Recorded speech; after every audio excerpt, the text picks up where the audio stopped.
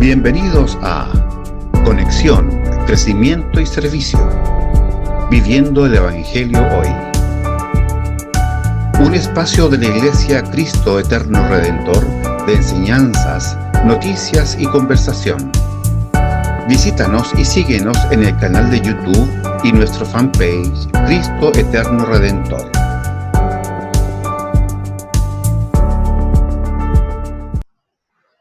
Gusto de saludarles, Dios les bendiga. Soy Arturo Valdebenito, pastor de la Iglesia Cristo Eterno Redentor, dando inicio a un nuevo programa, Conexión, Crecimiento y Servicio, Viviendo el Evangelio Hoy. En este día continuamos con la serie de enseñanza del libro de los Hechos. Ha sido precioso ver el Espíritu Santo, soberano Dios, obrando en la expansión de la Iglesia, y damos gracias a Dios por nuestro hermano Juan Aros, que nos acompaña semana a semana compartiendo esta maravillosa enseñanza. Así que damos las gracias a Dios por él y queremos invitarle también en este día a que nos comparta sobre esta temática. ¿Cómo estás, mi hermano Juan? Hola, muy buenos días a todos. Hola, pastor, buenos días. Bueno, damos gracias al Señor, que Dios es bueno y podemos continuar en este estudio, profundizar un poco más con respecto al crecimiento y la expansión de la iglesia en este tiempo. Así que de verdad es una bendición poder estar con ustedes una vez más. Amén, amén. Vamos a orar entonces, rogando al Señor que Dios guíe a nuestro hermano y podamos disfrutar de este tiempo de escudriñar las Escrituras. Señor, te damos gracias por esta maravillosa oportunidad que tú nos das, Señor, de conocer, Señor, tu obra y tu poder obrando en la vida de la iglesia. Gracias porque tu Espíritu, Señor, en tu Espíritu, Señor, podemos vivir y podemos, Señor, servirte con alegría, viendo tu obra soberana en nosotros y a través de nosotros en el mundo. Gracias porque este libro de los Hechos, Señor, ha despertado, Señor, el aliento a nuestro corazón sobre la evangelización y sobre la dependencia que tenemos que tener de ti, Señor, en todo esto. Señor, te ruego que bendigas a Juan, Señor, quien va a enseñar en este día, que tú puedas usar su vida, Señor, para predicar y ministrar tu palabra a nuestros corazones. Te damos las gracias porque en todo tú te glorificas y también edificas tu iglesia, Señor. En el nombre de Jesús. Amén. Amén. Vamos Amén. entonces a avanzar Amén. En la enseñanza de este día. Amén. Gloria a Dios. Bueno, le damos gracias al Señor. Seguimos en el libro de los Hechos, esta semana ya en el capítulo 6, verso 8, hasta el capítulo 8, verso 40, queremos avanzar hoy día, y he titulado La soberanía de Dios en acción, el ministerio de los diáconos. Bueno, vamos a empezar nuestra sexta sección que hemos titulado La soberanía de Dios en acción. Después del nacimiento de la iglesia en Jerusalén, nos quedamos con una comunidad que a través de periodos de dificultades y de persecución empieza a crecer en el Señor. Y debemos recordar, la semana pasada nos quedamos en el tercer sumario, en el capítulo 6, en el verso 7. Después de la elección de los 7 diáconos, en donde de una manera muy breve Lucas nos dice: y la palabra de Dios crecía y el número de los discípulos se multiplicaba en gran manera en Jerusalén y muchos de los sacerdotes obedecían a la fe. Ahora vamos a entrar a la tercera oposición. Esta es una larga sección que va desde el capítulo 6, verso 8, hasta el capítulo 8, verso 1, en donde nos encontramos con el martirio de Esteban el diácono.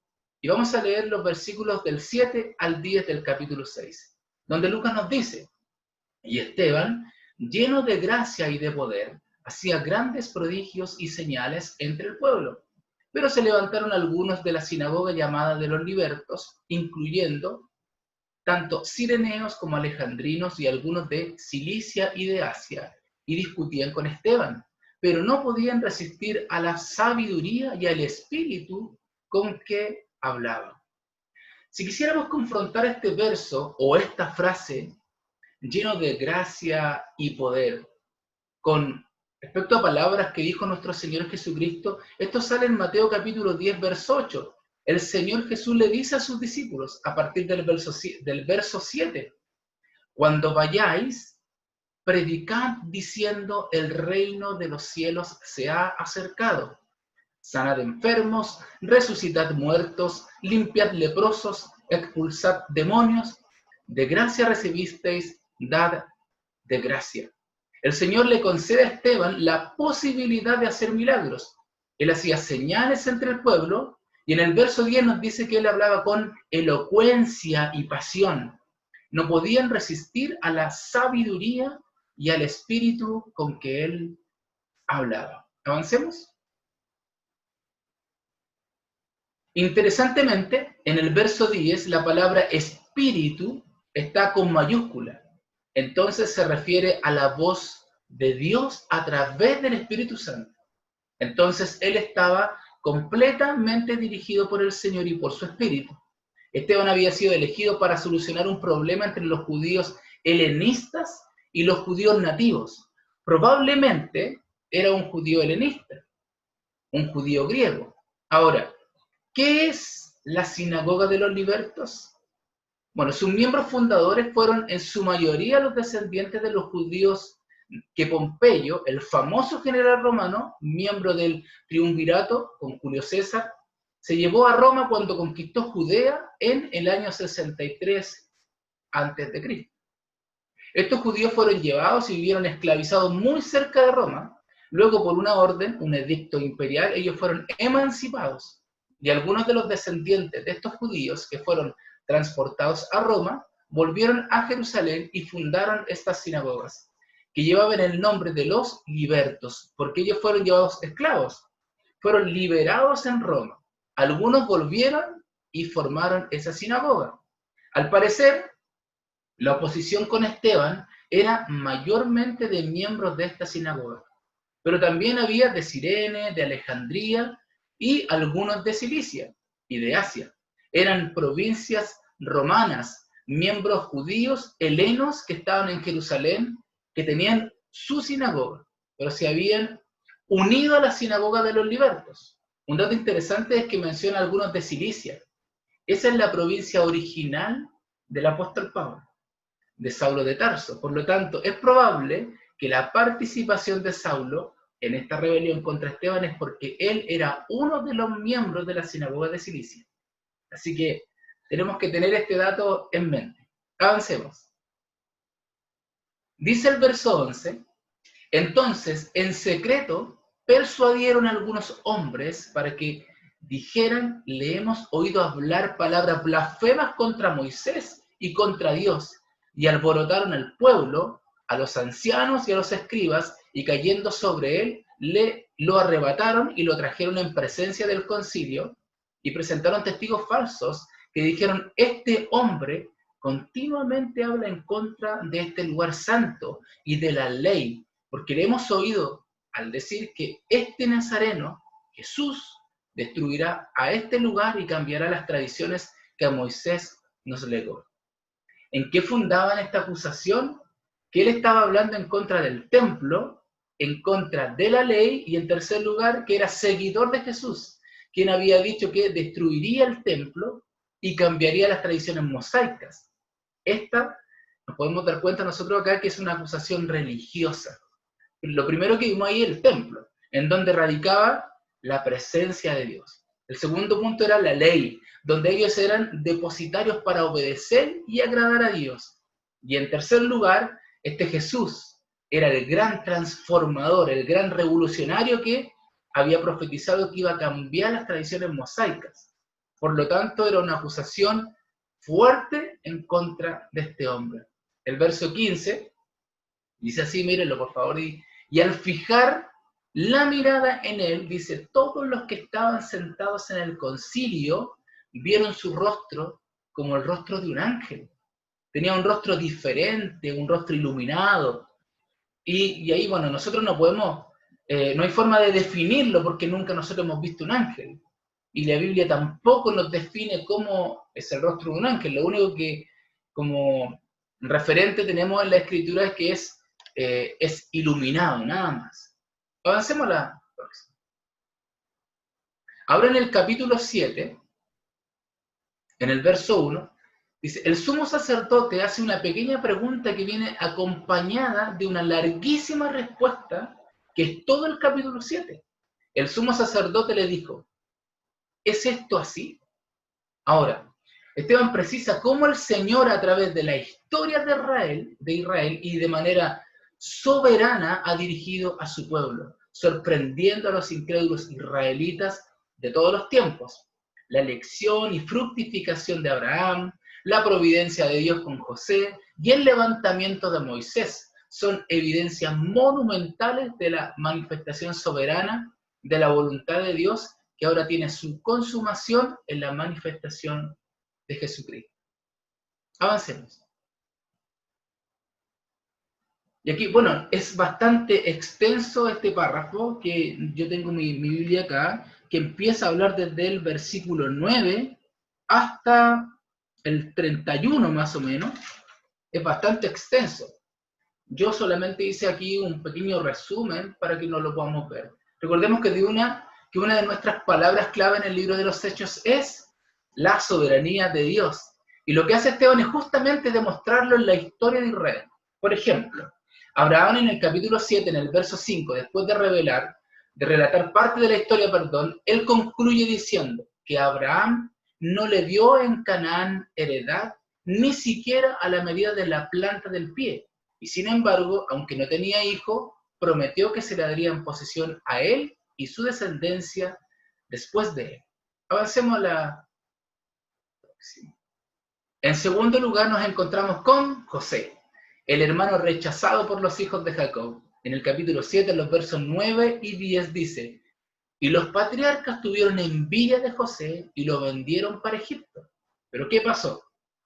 Nosotros conocemos un poco esta historia, ¿cierto? Dios estaba con él y lo rescató de todas sus aflicciones y le dio gracia y sabiduría delante del faraón, y éste lo puso por gobernador sobre toda su casa. Avancemos. Capítulo 7, 35 dice: este Moisés, a quienes ellos rechazaron diciendo: ¿quién te ha puesto por gobernante y juez? Es el mismo que Dios envió para ser gobernante y libertador con la ayuda del ángel que se le apareció en la zarza. Entonces, Abraham, padre de multitudes, siendo incapaz de tener hijos. José, vendido como esclavo a los egipcios, pero luego gobernante sobre Egipto. Moisés, el líder frustrado que luego, cuando se encuentra con el Señor, lo levanta como su siervo y como el gobernante de la nueva nación de Israel. En los tres casos, Dios sorprende a su pueblo. Su pueblo no entiende, pero Dios está detrás y hace cumplir su plan soberano a como dé lugar. Entonces vemos acá la soberanía de Dios nuevamente manifestada sobre Abraham, sobre José y sobre Moisés. Avancemos. Versos 51 y 52, ustedes ahí lo tienen frente a ustedes. Él les dice directamente a sus oyentes: vosotros, que sois duros de cerviz e incircuncisos de corazón y de oídos, resistís siempre al Espíritu Santo, como hicieron vuestros padres, así también hacéis vosotros. ¿A cuál de los profetas no persiguieron vuestros padres? Ellos mataron a los que antes habían anunciado la venida del justo, del cual vosotros ahora os hicisteis traidores. Aquí viene entonces la condenación directa sobre sus oyentes. Lo que pasó con Abraham, lo que pasó con José, lo que pasó con Moisés, es la manifestación de la soberanía de Dios. Y esto fue evidente, pero los hombres que lo rodearon no lo vieron. Eso mismo está pasando con ustedes, eso es lo que le estoy diciendo. Ustedes son duros de servicio, ustedes siempre resisten al Espíritu Santo. Lo que hicieron sus padres, ustedes también lo están haciendo ahora. Avancemos. En ese mismo instante empieza una revolución. En el verso 57 nos dice que ellos gritaron a gran voz, se taparon los oídos, arremetieron a una contra él, lo llevaron fuera de la ciudad, y lo comenzaron a apedrear. Esteban en este caso, ¿cierto? Verso 56 dice: cuando él está a punto de ser asesinado, él dijo, he aquí, veo los cielos abiertos y al Hijo del Hombre de pie a la diestra de Dios. Y mientras apedreaban a Esteban, él invocaba al Señor y decía: Señor Jesús, recibe mi espíritu. Y cayó de rodillas, clamó en alta voz: Señor, no les tomes en cuenta este pecado. Habiendo dicho esto, durmió. Dios mío, tiene que haber sido sorprendente este acontecimiento. Y no sé si tú quieres comentar algo, Sí, pastor, con solo respecto a lo que estamos comentar, viendo hasta ahora. es un cuadro impresionante, ¿no? Un cuadro impresionante y viene repitiéndose lo mismo que se vio en la época de Cristo el Señor, ¿no? El endurecimiento del corazón frente a lo evidente, frente al mover del Espíritu Santo, un endurecimiento tremendo.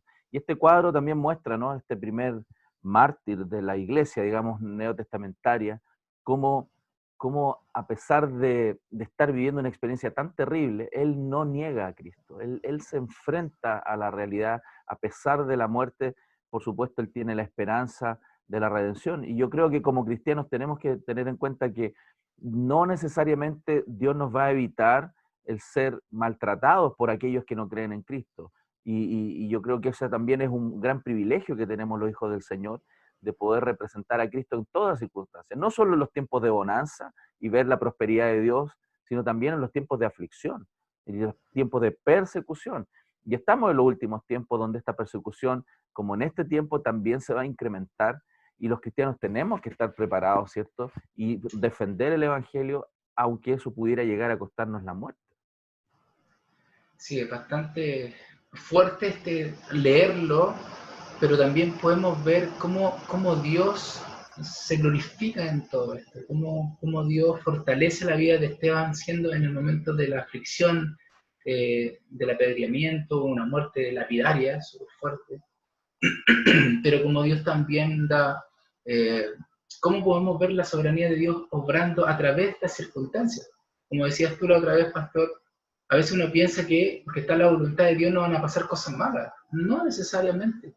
Y de hecho nosotros vemos el testimonio justamente de estos tres hombres anteriores, de Abraham, todo lo que pasó con él, la vida de Moisés, la vida de José, pero sin embargo están en la voluntad de Dios, estaban haciendo lo que Dios les pidió que tenían que hacer. Así que nos queda como un ejemplo para nosotros en este tiempo, no necesariamente porque somos hijos del Señor y queremos hacer su voluntad, es que no vamos a pasar dificultades, a lo mejor va a ser todo lo contrario. Avancemos. Entonces, lo que debemos tener en claro es que el testigo bíblico tiene dos funciones principales. Por un lado, proclama el Evangelio con sus palabras, con su sabiduría, con su conocimiento de las Escrituras. Esto es sorprendente porque si nosotros vemos de todo el capítulo 7 de la defensa y muerte de Esteban, que lo tengo acá, hasta el capítulo 8, nos podemos dar cuenta que Esteban se pasea por la historia del pueblo de Israel de una forma sorprendente. Entonces había conocimiento de la Escritura. ¿Ok? Con el testimonio de su relación con Dios, él habla de lo que ha visto y oído en relación con el Señor, pero también es parte de su testimonio, su propio carácter. Entonces vimos todo el capítulo 7 de una manera muy resumida, pero hemos ido a los puntos principales. ¿Cuáles? Abraham, José y Moisés, y la condenación. Son los tres temas principales de lo que está hablando Esteban. Avancemos. Ahora en el capítulo 8, en los primeros 4 versículos, nos vamos a encontrar con un nuevo sumario. Dice el capítulo 8 del verso 1 al 4. Y Saulo estaba de completo acuerdo con ellos en su muerte.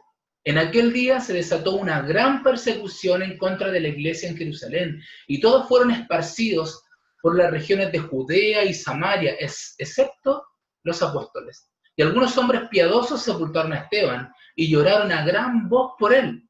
Pero Saulo hacía estragos en la iglesia, entrando de casa en casa y arrastrando a hombres y mujeres. Los echaba en la cárcel. Así que los que habían sido esparcidos iban predicando la palabra. Cuarto sumario entonces, persecución y expansión. Después del apedreamiento de Esteban, la iglesia de Jerusalén empieza a sufrir un creciente clima de hostilidad. Aparentemente este acto de apedreamiento público abrió la puerta para que el odio de los enemigos de la iglesia se manifieste abiertamente. Entonces generó un clima hostil de persecución contra la iglesia. Al parecer esta persecución estaba liderada por un joven llamado Saúl, quien participó activamente en el ajusticiamiento de Esteban. Debemos recordar que él tenía sus ropas en sus manos. ¿Ya? Claro. Avancemos. Quiero comentar algo. Hay algunos estudiosos que hacen referencia a que él tendría no solo una participación, digamos, de visualizar lo que estaba sucediendo, sino que él como una autoridad dentro del pueblo, él tenía el encargo también, era alguien que perseguía a la iglesia, por lo tanto es muy probable que él haya asentido con lo que estaba sucediendo, o sea, permitido y quizás promovido o autorizado el apedreamiento de Esteban. O sea, es impresionante. Y que él después llegue a ser creyente, eso claramente es una situación soberana, ¿no? Alguien que fue Así es. persecutor terminó siendo un perseguido defensor del Evangelio. Y esa transformación es maravillosa, lo que sucedió en este relato. Bueno, justamente lo vamos a ver la próxima semana con respecto ¡Qué a maravilla! la conversión de Saulo de Tarso y de Cornelio, dos personajes que son bastante importantes dentro del libro de los Hechos. Después, Ahora, yo creo que, no, perdón, es muy dime, pastor. importante esto porque esto tiene que ver con algo que el Señor advirtió a su pueblo. Recuerden cómo en el Evangelio de Juan se hace referencia a que Él les avisó, les anticipó que algunos se alegrarían y creerían que estaban haciendo la voluntad de Dios mientras les perseguían. O sea, Así el es. pueblo de Dios tiene que estar preparado. Nosotros hoy igual. No tiene que sorprendernos que el fuego de la prueba, la persecución, como dice Pedro también, ¿no? Nos alcance por el Evangelio. Y eso tiene que ser algo que tiene que estar dentro de las opciones que Dios puede permitir y no tenemos que amedrentarnos porque, como dijo Jesucristo, sorbida está la muerte en victoria. La muerte ya no tiene en el fondo No tiene poder poder. sobre nosotros. Claro, eso es Así es. maravilloso. Quizá a lo mejor no nos va a tocar, o posiblemente sí, no lo sabemos, pero una persecución de este tipo. Pero sí nosotros podemos ver algo súper puntual en este tiempo, que es una persecución bastante filosófica, bastante intelectual con respecto a los principios que Dios establece en su palabra. Y ahí hay que estar preparado. Como este hombre que conocía las escrituras, conocía la historia del pueblo de Israel, nosotros también tenemos que conocer la palabra de Dios para defender nuestra fe. Porque hoy día, en cada conversación que uno pueda tener, de repente por ahí no es que yo no creo en Dios, no es que Dios no existe, y hay un agnosticismo que se ha levantado fuertemente dentro de los círculos religiosos y en la sociedad también. Entonces, quizás no necesariamente sea una persecución como lo vivieron los discípulos de encarcelamiento o de apedreamiento, pero sí también hay una persecución con respecto a nuestras creencias, nuestra fe, a nuestra salvación, a la soberanía de Dios, y otros temas que se podrían tocar también. Avancemos. El verso 3 dice que Saulo hacía estragos en la iglesia entonces. La palabra hacer estragos es una palabra que se refiere a un animal furioso. Imagínense esto ustedes, que entra en un lugar y arrasa con todo lo que encuentra. Es como un perro rabioso que no va a tener consideración con nada ni con nadie. Esa es la frase que se utiliza para con Saulo de Tarso. Él hacía estragos en la iglesia, entraba de casa en casa, dice la Escritura, arrastraba a hombres y mujeres y los echaba en la cárcel. Avancemos. Entonces, este enemigo empieza a trabajar en contra de la iglesia, y esto genera que la iglesia perseguida se vaya por el mundo. En el verso 4 dice, así que los que habían sido esparcidos iban predicando la palabra, no iban arrancando nada, iban predicando la palabra. Mientras Saulo planeaba, eso es lo que tú te referías, pastor, que no solamente él consentía, sino que era parte del planeamiento de todo esto. Mientras Saulo planeaba destruir la iglesia, sus miembros fueron esparcidos por las regiones de Judea y Samaria. Eso es lo que nos dice el verso 1, fructificando, predicando la palabra y creciendo conforme al plan y al cuidado divino, independiente de la persecución. Ustedes se pueden dar cuenta aquí, en la misma escritura, independiente de la persecución, independiente de las aflicciones que estaban viviendo, dice que la palabra crecía y había un cuidado también divino de las personas, de los creyentes, de los que iban siendo esparcidos o perseguidos. Es necesario notar que Lucas menciona que en una primera etapa los perseguidores se esparcieron, los perseguidos se esparcieron por las tierras de alrededor. Sin embargo, más adelante, él mismo cuenta que muchos de los creyentes llegaron hasta Fenicia, Chipre y Antioquía. En el capítulo 11, en el verso 19, dice así: ahora bien, los que habían sido esparcidos a causa de la persecución que sobrevino con la muerte de Esteban, llegaron hasta Fenicia, Chipre y Antioquía, no hablando la palabra a nadie, sino solo a judíos. O sea, los que fueron esparcidos siguieron avanzando y algunos llegaron hasta estos lugares. Avancemos. En nuestro mapa, aquí lo pueden ver ustedes, después de esta persecución aquí en Jerusalén, los creyentes tuvieron que salir y algunos llegaron a zonas tan lejanas como Chipre y Antioquía. En esta primera expansión se nos dice que de Jerusalén empezaron a moverse alrededor de Judea, dejando la ciudad, y algunos otros fueron hasta Samaria. Yo creo que lo primero que tenemos que recordar acá es lo que Jesucristo les dijo en el capítulo 1, verso 8. Me seréis testigos en Jerusalén, en Judea, en Samaria y hasta lo último de la tierra. Se estaba cumpliendo lo que Dios estaba diciendo. Algunos fueron hasta Fenicia, que es un puerto, otros siguieron hasta Chipre, y otros se fueron hasta Antioquía, cuando todavía no se había convertido en una de las iglesias más poderosas del tiempo primitivo. Avancemos. En el capítulo 8, del verso 5 dice: Felipe, descendiendo a la ciudad de Samaria, les predicaba a Cristo. Aquí, nuevamente, la manifestación de la soberanía de Dios. ¿Por qué? Porque lo vamos a poder ver en la historia, porque Samaria tenía grandes problemas con los judíos. Avancemos. Samaria, como ciudad, estaba separada desde los tiempos de Jeroboam. Aquí vamos a hacer un poquito de historia. Cuando Israel se separa en dos reinos, el reino de Israel y el reino de Judá, Israel con Jeroboam hacen su capital en Samaria y Judá su capital en Jerusalén. En Jerusalén se sigue adorando de una manera ortodoxa, pero Jeroboam, en su intención de ganar el poder de sus súbditos, establece un nuevo culto, una nueva manera de adorar. Establece un culto pagano en medio de los suyos. Y Samaria cae prontamente en una serie de herejías y de problemas religiosos. En el año 722 a.C., los asirios toman el reino de Israel y una de sus formas de colonización era traer gente de otros pueblos para mezclarse con los nativos, generar una raza espuria, o sea, una raza no legítima, de tal manera que tengan mayor dominio sobre esta región, generar una nueva cultura, un nuevo idioma, una nueva forma de ver la vida, una nueva cosmovisión. Así que los asirios fomentaron el cruce interracial que dio lugar a la raza samaritana propiamente tal.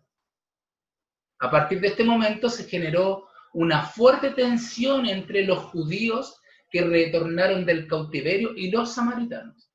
Los últimos ya no quisieron adorar a Jehová en Jerusalén y lo hicieron en el monte Gerizim, en Samaria, estableciendo su propio culto.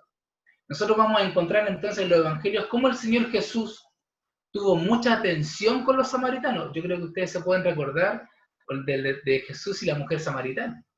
Y hubo momentos que aún a Jesús no lo dejaron pasar por las aldeas de los samaritanos cuando él intentaba bajar de Galilea hacia Jerusalén. Un poquitito de historia para que tengamos el contexto, ¿ya? De Felipe. Avancemos. Entonces, este era un lugar conflictivo, un lugar separado. Los judíos consideraban a los samaritanos como inferiores. Por lo tanto, Felipe tomó una decisión bastante riesgosa al ir a predicar a Samaria. Sin embargo, como buen testigo, Felipe sabía que si él predicaba a Cristo estaría haciéndolo bajo el poder de Dios. Y eso también tenemos que tomarlo para nosotros, independiente del lugar donde tengamos que ir y predicar y compartir la palabra de Dios, saber que si nosotros hablamos su palabra, hablamos el evangelio de Cristo, lo estaremos haciendo bajo el poder de Dios porque estamos cumpliendo su plan, su propósito. Así que no debemos tener temor. Vamos a leer qué es lo que hizo Felipe en Samaria a partir del verso 6. Y las multitudes unánimes prestaban atención a lo que Felipe decía, al oír y ver las señales que hacían. Porque de muchos que tenían espíritus inmundos, Estos salían de ellos gritando a gran voz, y muchos que habían sido paralíticos y cojos eran sanados, y había gran regocijo en aquella ciudad. Debemos recordar que ellos fueron los diáconos, ¿cierto? Algunos de los... Bueno, Esteban era uno de los diáconos y Dios también lo usaba de una manera sobrenatural. Pero había cierto hombre llamado Simón. Hacía tiempo que estaba ejerciendo la magia en la ciudad y asombrando a la gente de Samaria, pretendiendo ser un gran personaje. Y todos, desde el menor hasta el mayor, le prestaban atención, diciendo, este es el que se llama el gran poder de Dios. Le prestaban atención porque por mucho tiempo los había asombrado con sus artes mágicas, pero cuando creyeron a Felipe, que anunciaba las buenas nuevas del reino de Dios y el nombre de Cristo Jesús, se bautizaban, tanto hombres como mujeres. Y aún Simón mismo creyó. Después de bautizarse, continuó con Felipe y estaba atónito al ver las señales y los grandes milagros que se hacían. A veces cuando nosotros estamos hablando de señales, solamente pensamos en los milagros. Pero en realidad el testimonio del Evangelio es una señal milagrosa. Yo creo que es evidente en nuestras vidas como testimonio, porque es el corazón abriéndose al poder de Dios, a la verdad de Dios, a la luz del Evangelio. Y al igual que Esteban, el testimonio de Felipe estuvo acompañado de señales y milagros, y el testimonio fue recibido, dice, positivamente, y muchos creyeron y muchos se bautizaron. Avancemos. Qué hermoso ver esto, ¿no? Cómo Dios va orando en la iglesia, es precioso. Amén. Verso 14 nos dice, cuando los apóstoles que estaban en Jerusalén oyeron que Samaria había recibido la palabra de Dios, y les enviaron a Pedro y a Juan. Pedro y Juan son enviados por la iglesia de Jerusalén a confirmar lo que había sucedido. Y como dice aquí en la presentación, ellos no corrigieron, solamente fueron a confirmar, ver realmente qué es lo que había pasado. No debemos dudar que para los apóstoles esta era una preocupación, ya que el problema cultural, social, religioso con los samaritanos era muy fuerte en este tiempo. En el capítulo 8, los versos 15 al 17, nosotros leemos que ellos descendieron y oraron por los samaritanos para que recibieran el Espíritu Santo, pues todavía no había descendido sobre ninguno de ellos. Solo habían sido bautizados en el nombre del Señor Jesús. Entonces les imponían las manos y recibían el Espíritu Santo. Verso 18. Cuando Simón vio que el Espíritu se daba por la imposición de las manos de los apóstoles, les ofreció dinero diciendo, dadme también a mí esta autoridad, de manera que todo aquel sobre quien ponga mis manos reciba el Espíritu Santo. Increíble. Entonces Pedro le dijo, que tu plata perezca contigo, porque pensaste que podías obtener el don de Dios con dinero. No tienes parte ni suerte en este asunto, porque tu corazón no es recto delante de Dios. Por tanto, arrepiéntete de esta tu maldad y ruega al Señor que, si es posible, se te perdone el intento de tu corazón. Hasta ahí quedó Simón. Fuerte las palabras de Pedro. Bueno, inspiradas por el Espíritu Santo, tenemos que reconocer esto. Avancemos. En Hechos 1:8 dice así, recibiréis poder cuando el Espíritu Santo venga sobre vosotros y me seréis testigos en Jerusalén, toda Judea y Samaria. O sea, nosotros nos encontramos aquí un punto especial, lo que hablábamos hace un momento atrás, en el cumplimiento del plan de Dios, de la extensión hacia el mundo gentil. Ya los samaritanos eran otra raza, aunque muy vinculada con el pueblo judío, pero era otra raza enemiga de los judíos. Pedro, de una manera especial, nuevamente, es protagonista en cada etapa de esta hoja de ruta. Ahora lo encontramos en este momento importante en el nacimiento de la iglesia de Samaria, en donde él tiene un rol unificador de la iglesia en general, como el cuerpo de Cristo. Ahora, una cosa importante es que los samaritanos son reivindicados oficial y plenamente por la iglesia. Los samaritanos iban a formar parte del pueblo de Dios, por lo tanto, la predicación de Felipe iba a ser corroborada por las autoridades de la iglesia, y en esta imposición de manos lo que se iba a dar es vincular la iglesia de Jerusalén con la iglesia de Samaria, de tal manera que se preserva la unidad de la iglesia. En el capítulo 8, en el verso 25 dice, Y ellos, después de haber testificado solemnemente y hablado la palabra del Señor, iniciaron el regreso a Jerusalén, anunciando el Evangelio en muchas aldeas de los samaritanos. Entonces, al igual que Pentecostés, estamos hablando de un acontecimiento histórico singular, un momento especial en el pueblo de Dios. Este es un momento irrepetible. Avancemos. Si nosotros seguimos leyendo, dice el verso 26, un ángel del Señor habló a Felipe, diciendo, levántate y ve hacia el sur, el camino que desciende de Jerusalén a Gaza. Y en la primera parte del versículo 27 dice, y él, ¿qué hizo? Se levantó y se fue. Ojalá que hubiese una obediencia tan clara, ¿cierto? En alguno de nosotros, digo yo. Sería A Felipe maravilloso. se le está diciendo... Sería realmente sorprendente cómo avanzaría la iglesia, ¿no? Hermano, haz esto. Amén, pastor. Sí. Ay, Señor. Entonces, a Felipe se le está diciendo que baje 50 kilómetros hasta Jerusalén y luego vaya por un camino desierto hacia Gaza, que queda en la costa, que son otros 80 kilómetros, o sea, tiene que recorrer 130 kilómetros de bajada sin saber a dónde iba. Por supuesto que a pie. Un largo viaje de varios días que él tenía que realizar. La pregunta que nosotros nos hacemos es ¿por qué llamarlo al desierto? Hablarle a un solo hombre si recién estaba empezando un trabajo futuro, fructífero, entre los samaritanos. Si nosotros leemos el verso 6 del capítulo 8, dice, y las multitudes unánimes prestaban atención a lo que Felipe decía. El verso 8 dice, y había gran regocijo en aquella ciudad. O sea, el testimonio del Señor se estaba dando en toda la ciudad. El verso 12 se nos dice que Felipe estaba bautizando tanto hombres como mujeres. Había una manifestación del poder de Dios. Entonces la pregunta que nos surge es ¿por qué? ¿Por qué llamarlo al desierto? Hacerle recorrer 130 kilómetros. Es que no tenía ningún otro representante de este camino del Evangelio. No había otro que estuviera más cerca quizás. No había un apóstol que pudiera bajar de Jerusalén hacia allá. ¿Por qué tenía que ser Felipe? Bueno, entendemos nosotros por la historia que Dios es el que ordena. Dios es soberano y Él hace como Él quiere. Entonces aquí nosotros quizás tenemos que replantear nuestras prioridades y hacernos las preguntas. ¿Qué es más importante? Por eso hay 3 preguntas aquí en esta diapositiva, ¿cierto? ¿Qué es más importante para el Señor? ¿Un hombre o una multitud? Ambos, ¿cierto? Pero al mismo tiempo nosotros sabemos, por ejemplo, en Lucas 15, verso 7 dice, hay gozo en los cielos cuando un pecador se arrepiente. Por lo tanto, el valor de una vida es tan importante para el Señor como el valor de una multitud.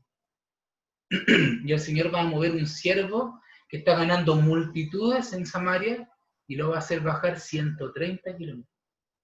Ahora la segunda pregunta que nosotros nos hacemos es, ¿obediencia o estrategia?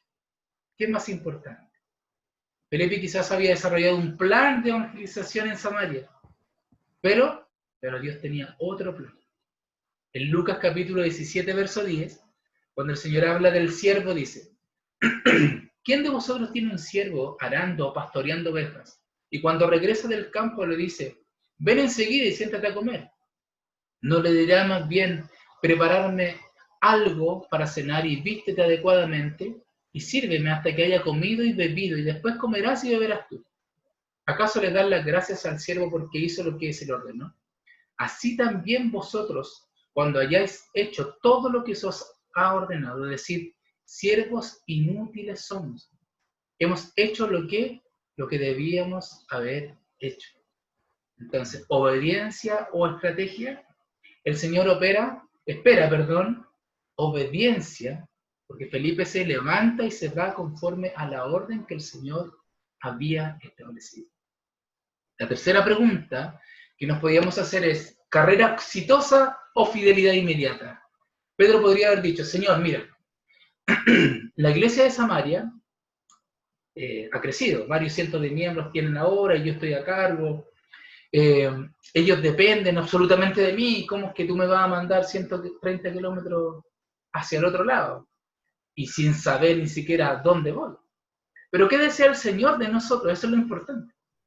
El apóstol Pablo lo refleja muy bien cuando en Filipenses 3, del verso 7 al 8, él dice con mucha claridad,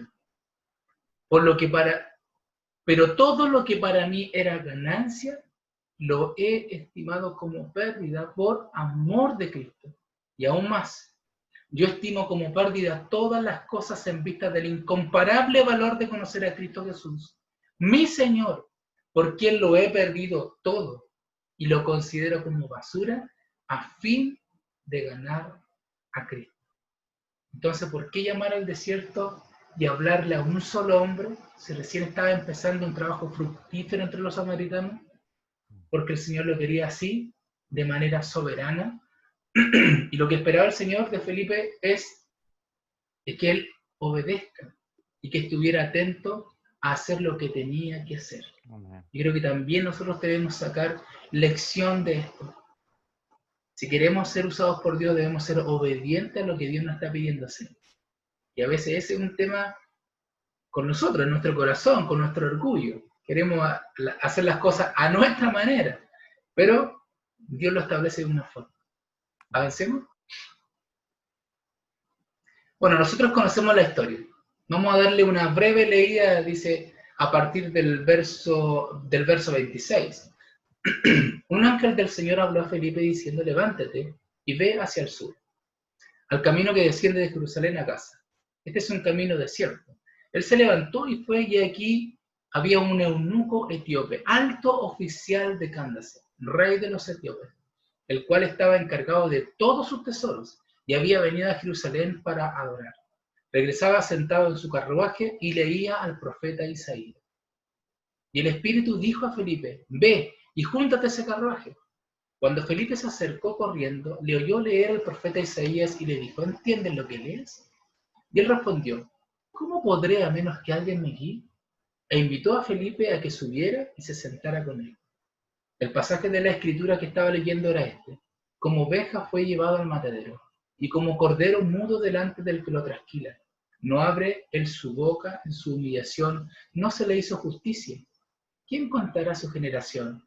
Porque su vida es quitada de la tierra. El eunuco respondió a Felipe y dijo, te ruego que me digas, ¿de quién dice esto el profeta? ¿De sí mismo o de algún otro? Entonces Felipe abrió su boca y comenzando desde esta escritura, le anunció el evangelio de Jesús. Yendo por el camino, llegaron al lugar donde había agua, y el eunuco dijo, mira, agua, ¿qué impide que yo sea bautizado? Y Felipe dijo, si crees con todo tu corazón, puedes. Respondió él y dijo, creo que Jesucristo es el Hijo de Dios. Y mandó parar el carruaje. Ambos descendieron al agua, Felipe y el eunuco, y lo bautizó. Al salir ellos del agua, el Espíritu del Señor arrebató a Felipe, y no lo vio más el eunuco, y continuó su camino gozoso. Mas Felipe se encontró en Azoto, y por donde pasaba, anunciaba el Evangelio en todas las ciudades, hasta que llegó a Cesarea. ¿Avancemos? Tenemos historia, ¿cierto? Ahora, algunas ideas principales y ideas fundamentales con respecto a esta presentación. La primera es que Felipe no sabía exactamente la razón de su descenso hacia Gaza, y por lo tanto la tarea a realizar solo será evidente por la dirección del Espíritu Santo. En el verso 29 dice, y el Espíritu le dijo a Felipe, ve y júntate a este carro. En segundo lugar, no se pueden saber las respuestas sin antes conocer las preguntas. Cuando él se acerca o dice, he aquí, que él llega corriendo, dice el verso 30. Cuando Felipe se acercó corriendo, dice, le oyó leer al profeta Isaías y le dijo, ¿entiendes lo que lees? Y también más adelante en el verso 34, vemos que el eunuco le pregunta a Felipe, te ruego que me digas, ¿de quién dice esto el profeta, de sí mismo o de algún otro? No se pueden saber las respuestas sin antes conocer las preguntas. Si vamos a predicar el Evangelio, no se trata solamente de un monólogo, sino de un diálogo en donde nosotros estamos escuchando el corazón de las personas. Estamos escuchando sus vacíos, sus preguntas, acerca de sus búsquedas. Y a través de esas preguntas podemos llegar a encontrar el mapa que nos dirija a sus corazones. Esto es sumamente importante. En tercer lugar, conocer las Escrituras. Completamente, es un deber. Cuando vemos ahí el verso 35, entonces Felipe abrió su boca y comenzando desde esta Escritura, le anunció el Evangelio de Jesús. Comenzando desde esta Escritura, desde donde estaban las preguntas de la gente, él empieza a responder. Por lo tanto, un siervo de Dios debe conocer las Escrituras. Así como puede escuchar la voz de Dios, debe escuchar y conocer bien la voz de Dios en las Escrituras. Cuando vemos la convicción del eunuco, del etíope, nosotros tenemos que saber que creer con todo el corazón es convicción, más que un sentimiento. En el verso 36, cuando el eunuco encuentra el agua y dice, ¿qué impide que yo sea bautizado? Felipe le dijo, si crees con todo tu corazón, puedes. Y a veces esta frase, creer con todo el corazón, suena a una frase emocional, pero en realidad, ¿cuál fue la respuesta del etíope a la frase sentimental de Felipe? La respuesta fue, creo que Jesucristo es el Hijo de Dios. Bueno, eso es creer con todo el corazón. Es creer el Evangelio. Avancemos. El gozo íntimo entonces es una evidencia de arrepentimiento y la conversión del etíope. En el verso 39 dice, y el eunuco continuó su camino gozoso. ¿Y dónde está Felipe? En ningún momento preguntó nada, él se fue gozoso. Y eso es lo mismo que encontramos en el verso 8, que es la conversión de los samaritanos. Y había gran regocijo en aquella ciudad. Y después de la conversión del etíope estaba lleno de gozo. El gozo también es una manifestación de la conversión. Es algo que nosotros debemos siempre reconocer. Ahora, las recompensas del siervo no vienen de los hombres, sino de Dios. Imagínense ustedes. ¿A quién había bautizado? Al jefe de los eunucos. Dice el verso 39, al salir ellos del agua, el Espíritu del Señor arrebató a Felipe y no lo vio más el eunuco. No hubo espera entonces para una recompensa. Nos dijo, y ahora que ya los he bautizado, vamos a recoger una ofrenda para el hermano Felipe, que ha recorrido 130 kilómetros. Hermano, por favor. No. Por último, los siervos de Dios no viven añorando el pasado, sino haciendo la historia del reino de Dios en el presente. Felipe no se quedó con la historia de la conversión de los samaritanos, ni la historia de la conversión del eunuco, tesorero de la reina, no. Un siervo de Dios vive sirviendo al Señor en el presente. Mas Felipe se encontraba en Azoto, y por donde pasaba, dice, anunciaba el Evangelio en todas las ciudades hasta que llegó a Cesarea. Esteban, un fiel testigo, Felipe, un fiel testigo en la soberanía de Dios, que el Señor permitió que Esteban derramase su sangre por su testimonio. En la soberanía de Dios el Señor dejó con vida a Felipe. Aquí podemos nosotros ver esta comparación, ¿cierto? Le permitió ir a Samaria, le permitió hablarle al etíope y luego radicarse en Cesarea, donde él iba a criar a su familia y luego se iba a encontrar con el apóstol Pablo en algún momento. Porque él iba a desarrollar un ministerio en esta ciudad. El Señor en su soberanía se llevó a uno y el Señor en su soberanía permitió que otro tuviera una larga vida. Pero en ambos casos, los dos fueron fieles testigos del Señor. Gloria a Dios por esta historia.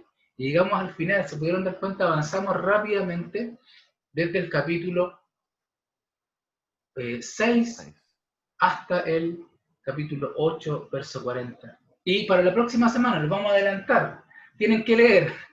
Vamos a ver desde el capítulo 9, verso 1 hasta el capítulo 11, verso 18. Vamos a hablar nuevamente sobre la soberanía de Dios en acción, pero la parte 2. Y aquí vamos a ver dos personajes también interesantes. La conversión de Saulo de Tarso y Cornelio. Así que eso, pastor. Muchas gracias. De verdad, mi bendición. Amén. Es tan motivante ver esto, ver en perspectiva, ¿no? La obra del Espíritu Santo en la iglesia, ver esta transformación de los corazones, ¿no? Y de cómo personas simples, personas que podemos tener incluso debilidades, podemos ser usadas por Dios para su gloria Y aquí no hay superestrellas, ¿no? Aquí no hay superestrellas. Todos somos siervos del Señor y Así cada es. uno en su lugar, en la actividad propia de cada miembro, como dice, se edifica el cuerpo, pero también se expande en el evangelismo. Yo digo, qué precioso es tener el gozo de la salvación, no solo personal, sino participar en la salvación de otros. Yo creo que por Sí, eso, como decías recién, ¿no? No nos quedamos en las historias pasadas, ¿no? Sino que tenemos la esperanza y la perspectiva de seguir avanzando, seguir viendo la obra de Dios en la vida de las personas. Así que muchas amén. gracias, Juan, muchas gracias por este Amén, amén, tiempo de pastor. enseñanza, nos ha bendecido mucho y esperamos poder seguir adelante con el libro de los Hechos. Y como Así es, decía él, esperamos en la el Señor. expectativa, ¿puedes repetir también al despedirte cuáles son los capítulos que tenemos que leer para la próxima Capítulo semana? 9, capítulo 9 desde el verso 1, tienen que leer hasta el capítulo 11, verso 18. Y ahí vamos a ver la conversión de Saulo de Tarso y Cornelio. ¿Sí? Para que vengan ya con un poco de lectura en mente. Amén, amén. Bueno, hermanos, muchas gracias, Juan. Así que Muchas gracias, pastor. nos vemos entonces la próxima semana, si Dios así lo permite. Estamos en conexión, crecimiento y servicio, viviendo el Evangelio hoy. Nos vemos entonces en una nueva oportunidad. Dios les bendiga.